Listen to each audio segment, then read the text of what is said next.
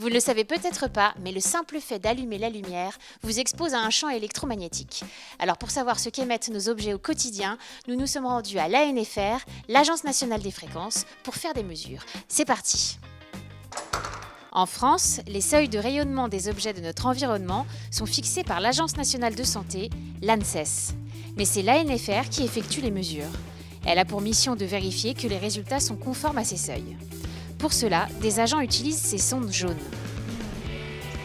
Alors ici vous avez des sondes, deux sondes identiques de mesure large bande. Ça veut dire qu'elles donnent une valeur en volts par mètre sur une plage de fréquence de 100 kHz à 6 GHz.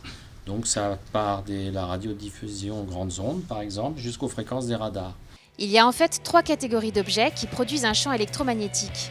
D'abord les objets électriques qui chauffent comme les grille-pains par exemple. Ensuite les appareils électroniques, ils transforment le courant, une lampe, une perceuse ou une plaque à induction.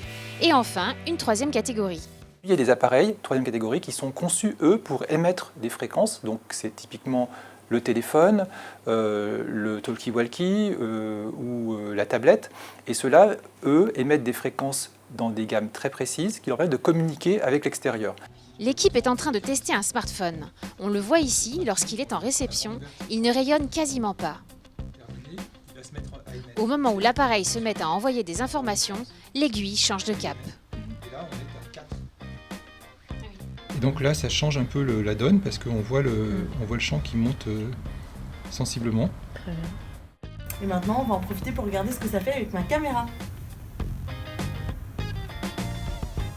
0,40, c'est très raisonnable, je crois.